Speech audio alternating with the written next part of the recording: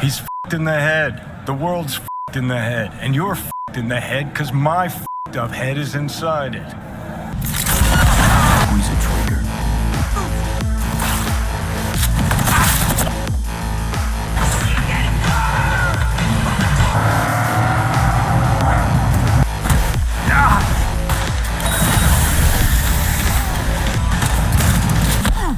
Oh shit! Oh shit! Oh shit!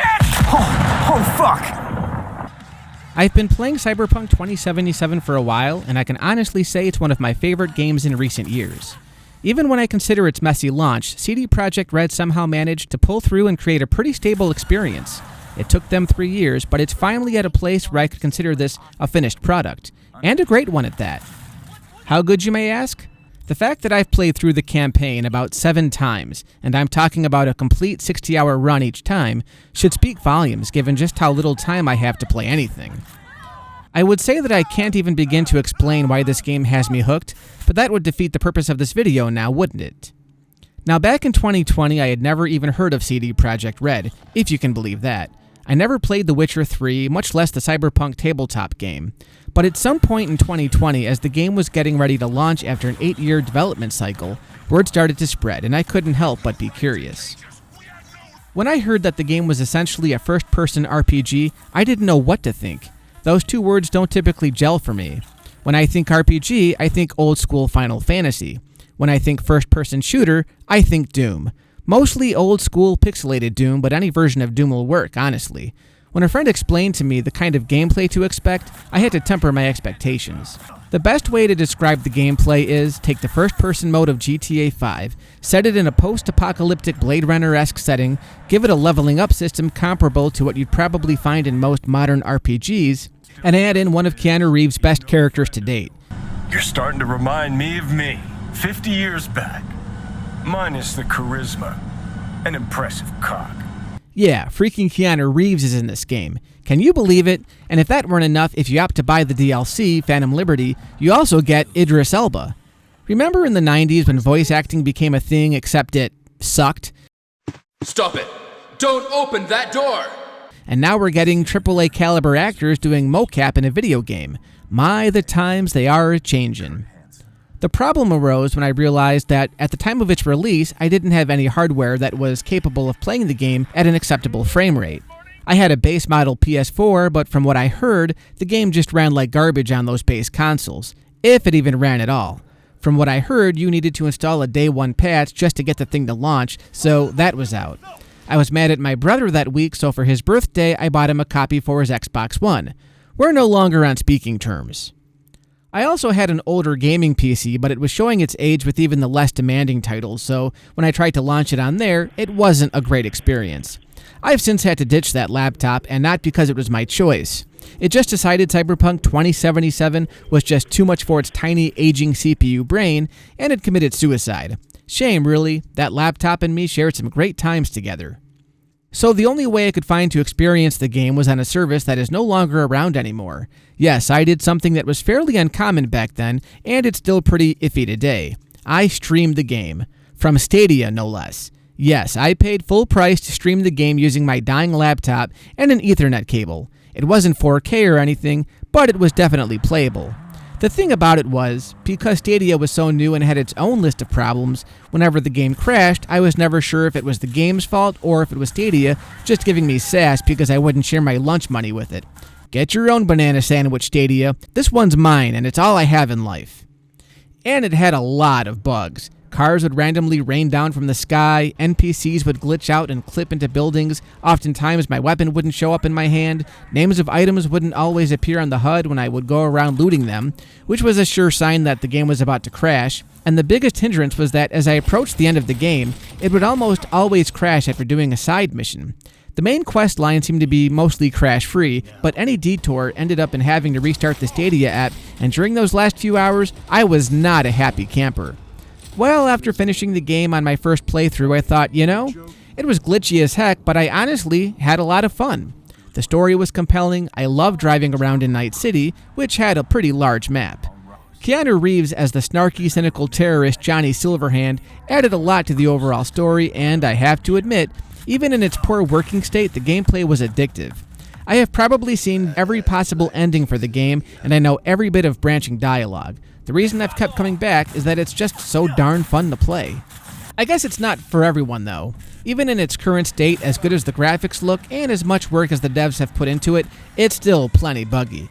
I can forgive that because nowadays games are so friggin' huge, of course they're bound to have some bugs. As long as I can play through all the missions and not have to worry about having my progress halted or being locked out of some quest, I'm typically fine with minor visual things.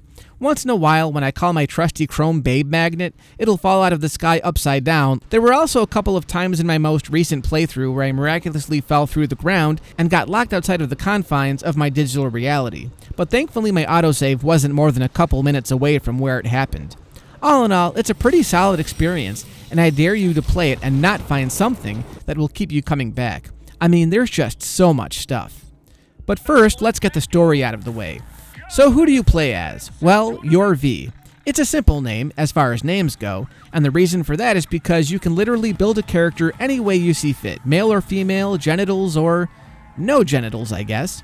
That was a big deal when the game came out. I mean, to this day, when you start a new game, you can choose the size of your junk. That's just spectacular. I don't think the female parts have as many options, but especially with today's gender politics, it's comforting to know that literally anyone can pick up this game and create a character that they feel comfortable with. The freedom you have to create your own avatar is astonishing, and I typically hate this feature in any RPG. It just takes too much time. Just give me a generic wizard or cleric and I'm good. But you can literally change anything, right down to the markings on your face, your skin type, and the color of your fingernails. They could make an entire mobile game doing just this. So regardless of whether you choose a female or a male, you always get 3 paths to choose from. Usually I choose Nomad, just because I think that has the most amusing opening sequence, but that's just it. Your backstory and how you're introduced to Night City seem to be the only things of any consequence when you pick a path. I'm V. Seems you have cargo that needs to be moved. Oh, where I'm from, you share a bit about your soul before you talk biz, huh?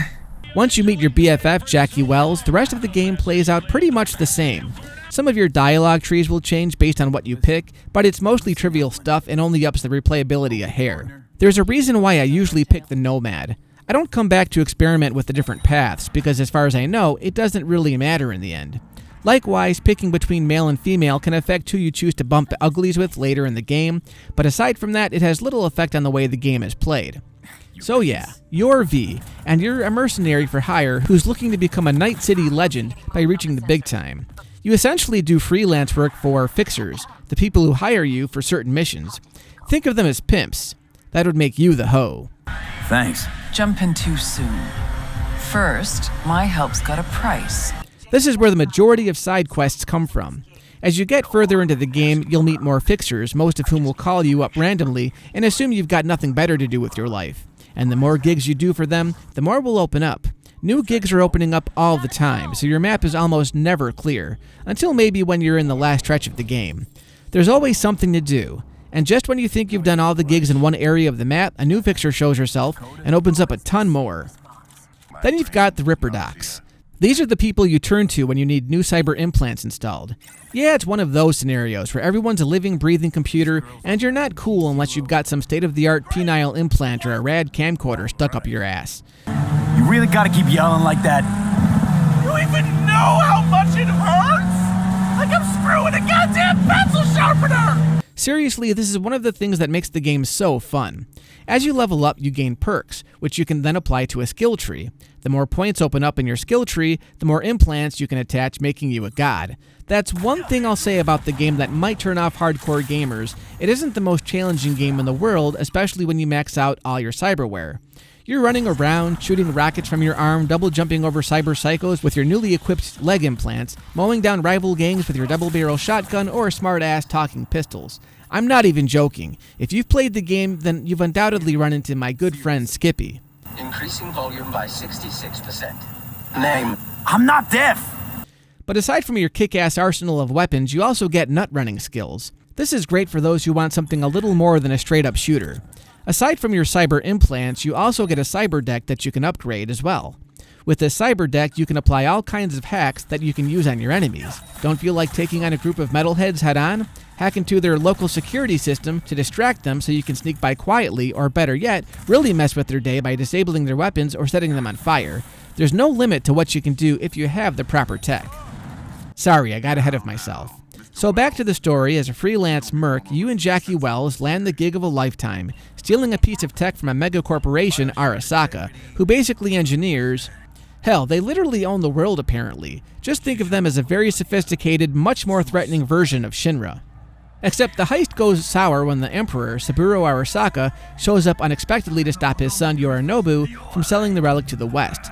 As V and his homeboy Jackie watch from their hiding spots, they witness Yorinobu actually strangle the Emperor to death. The hotel is put on lockdown, and as you guys try to escape with the relic, Jackie is fatally wounded, and you're forced to slot the relic into your own head. WNS, N54, even the pirate networks. You blowing up everywhere. The fixer who gave you the job, Dexter Deshawn, doesn't like how bad the job went down, and in order to cut all ties leading back to him, he mercilessly shoots you in the head. You wake up in a junkyard a hair away from death when Arasaka's bodyguard, Goro Takamura, somehow gets you to your feet so he can try to sort out what really happened. At this point, this is where the game really picks up. After playing as a completely different character in the year 2020, you wake up, as V, and discover that an ancient rocker boy turned terrorist, Johnny Silverhand, staged an all-out assault on Arasaka Tower. This resulted in him becoming victim to the then-new technology Soul Killer, tech designed for the sole purpose, no pun intended, of stripping the consciousness from a living person and converting it into a digital psyche called an engram. Johnny Silverhand's engram was stored on the chip that V and Jackie were tasked with stealing, unbeknownst to either of them. Under normal circumstances, anyone who slots in the chip would be able to communicate with Johnny, despite him being technically dead for the better half of a century. However, the problem arises from the bullet delivered by Dexter Deshawn. As it turns out, the caliber of Dex's gun wasn't enough to kill you, but it did damage your brain, enough so that you can't function independently of the chip. Silverhand's construct is overriding your consciousness, gradually taking over your body until one day you'll just be gone.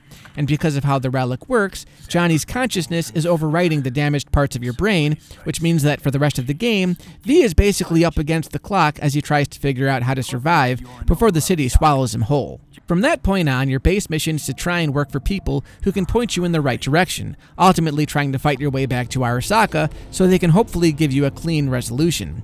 It's ultimately a tale of survival and the friends you meet along the way, and I have to give it to the devs. It makes for one compelling story. There are plenty of plot twists, and while I won't say the idea alone is the most original concept I've heard of, the way it's presented and the options you have makes it all the more memorable because, hey, it's a video game, and that's what video games are best at.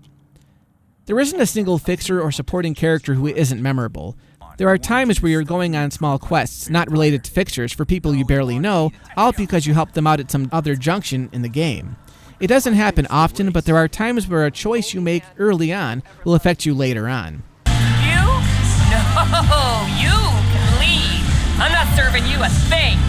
Mostly this is a negative thing. If you chose to engage a group of meatheads in combat and mop the floor with them, later in the game you might run into them again on a different mission and you won't have the option of a peaceful negotiation. They'll just open fire on you. Real big help you were back there. You and your big city talk. But never let it be said that there aren't characters who will genuinely open up to you because you helped them with some small thing on some other random mission. And not that it matters much once you start earning some serious scratch for all the missions you complete, but the amount you get paid depends on how well you handle a job. Don't think a fixer won't scold you for running into a building guns a-blazing instead of escorting your asset out the back door. V, you were supposed to get Jasmine to the ride. The chick's in shock. She doesn't know up from down. They won't always take kindly to you leaving a trail of bodies, but other times it's fine. Let's hope it helps trace the motherfucker who scrolled the thing. Gig's closed. It just depends on where you're at the game. I found that a lot of the missions toward the end game want you to be more stealthy, if you can help it. I've played this game so many times that I've gotten slightly better at sneaking around, but it's really not my cup of tea, and I've learned not to feel so bad when I accidentally alert a guard because I get too close to them or I stepped on a twig by accident. It happens. It's a long game, man. The only part of the gameplay that I genuinely don't enjoy is the driving, which unfortunately is a big chunk of the game. There are fast travel spots, lots of them actually, and in later playthroughs I use them more frequently to hop around, but honestly, you'd be doing yourself a disservice if you didn't spend at least your first playthrough exploring every nook and cranny you can. Night City is a wonder to behold, but back to the driving, it sucks. Aside from a few exceptions, most of the vehicles drive pretty much the same, whether you're in a big-ass tank or your buddy's motorcycle. The driving feels floaty, and just a slight tap on the control stick will send your car drifting all over the road, whether it's raining or not. There are times when you're in a more open area where turning a corner feels kind of cool, but you really have to get a feel for it. Also, I don't like getting the police on my tail. Like the GTA games, this has a very similar cop system, where cops will start chasing you if you commit a crime, and you have to try and evade them until your wanted level drops. With every iteration of the game, the system has changed slightly. You used to go up to random gang members and shoot them in the face, in public, and as long as they weren't an innocent bystander, the cops could be across the street and not even pay you any notice. In the latest version of the game, you'd better be on the lookout for the boys in blue because they will respond to any little infraction. And 9 times out of 10, I get chased because I accidentally ran over a group of school kids because the vehicles handle like crap. It's the one thing I wish they would have patched. Maybe other gamers don't see it as a problem, but to me, GTA 5 really got the driving right. CD Projekt Red, just something to think about when you're spending the next 20 years developing the sequel. There are several mission types, and I could see how a lot of them would seem to get tiring after a while. For example, you've got NCPD hustles, which are basically tiny side quests where you ambush a group of cyber criminals and get rewarded with all kinds of goodies, usually money, weapons, quick hacks. It could be anything, really. These are popping up all the time. There are literally dozens of them throughout the game, and again, there are always more popping up. Most of them are simply kill everything in sight, then leave, but you know what? The combat is so gratifying that I could spend hours doing these. You won't typically gain a lot of experience points doing them, but if you're feeling extra aggressive that day, you could fill an entire play session just by seeking these out. A little tip though, you might want to actually spread these out between regular missions. I've spent entire gaming sessions trying to wipe out all the NCPD hustles, and when I finally did all of them, there was nothing left but main missions and larger side quests, so it kind of hurt the pacing of the game action-wise. There's still plenty of things to kill, but just keep that in mind. A good chunk of the combat is from these hustles. A lot of fixers will also give you jobs that lead to longer quest lines. For example, there's a fixer named Regina Jones. On top of her regular quests, she'll also ask you to help her track down cyber psychos. Yes, I didn't just create that term for this review. These are kind of like mini-bosses. She'll ask you to incapacitate them without killing them, but as long as you don't get too trigger-happy in the final stages of the battle, it's pretty easy to accomplish that. Most of these guys are laughable, but sometimes there will be a twist. One might enclose himself in a minefield, and you have to deactivate the mine so you can safely reach him. There are a couple decked out in really cool armor, but ultimately it's rinse and repeat. They're still fun to fight, though. As far as your romance options, I've never romanced more than one person per playthrough. I'm not sure if that's possible, but I know at some point in the game you can end up sleeping with several characters that you interact with throughout the game. Most playthroughs, since I play as a male, I choose Pan Am Palmer. I don't know, she just does something for me. I hope you don't regret what happened. I regret one thing only. That we had so little time. Her and V have a really passionate scene inside of this decked-out floating tank called a basilisk. The way the scene is presented, it's a little weird, but it's very sexual, and it's something I just don't see much of these days. We need more weird cybersex in video games. In everything, really. Disney really needs to up their cybersex quotient. I've also romanced Judy Alvarez, the one time I played as a female. Judy is honestly one of the more memorable characters in the game, but she never really seemed like a suitable mate. She always felt like a one-night stand kind of chick. So that's most of the game, but I also briefly wanted to touch on Phantom Liberty. I could probably do a whole separate video on this, but for the sake of not having to play through this game an 8th time, even though I probably will, here are my thoughts. Phantom Liberty was a DLC that came out last year. I don't really play many DLCs, but what was weird to me was that it doesn't take place after the events of the core campaign. They literally drop it in the middle of the game. This feels off for a couple of reasons. First, the actors obviously didn't record themselves until a few years after the base game dropped. Not that it completely ruins the experience, but there's something strange about their delivery, specifically with V himself. Sending Placide away just for little old me. Starting to put 2 and 2 together. You gotta be a netrunner. His voice seems a little deeper, so when you're traveling back and forth between Night City and the newly added Dogtown, it's a bit jarring to hear V's new conversations mixed in with dialogue meant for the base game. The bigger issue is that it really seems like a completely different game. Hell, Dogtown is even more demanding on my PC. I can run the base game just fine, but as soon as I pass through those gates, my frame rate takes an instant hit. But aside from the technical stuff, this feels more like a sequel than an expansion. Essentially, the gameplay is the same. Since it's set in the middle of the base game, V still has Johnny Silverhand in his head. And the plot does revolve around V trying to find a cure for his brain degradation. But you could take that element out, and what you'd have is a fun little industrial espionage spy story that takes place just on the outskirts of Night City. It starts off with V saving the president, so right off the bat, the stakes are a lot higher, but also the tone is much more film noir. At one point, you're literally disguising yourself as someone else, Mission Impossible style, to infiltrate the villain's main base. The plot line for Phantom Liberty doesn't gel well with the base game, even if most of the gameplay mechanics remain unchanged. That being said, it still feels like Cyberpunk and explores the possibilities of what future installments could be. Idris Elba won me over Solomon Reed, so that's another positive I can hurl this game's way. I already died for the cause once. Not enough? I think I've covered all the bases. I love this game. It's still rough around the edges, but I look at this game the way I look at my disappointing drug addict son, who after 4 years in rehab finally pulled it together and got a decent job at a landscaping company. Except playing Cyberpunk is more fun than working at a landscaping company. Thanks for watching!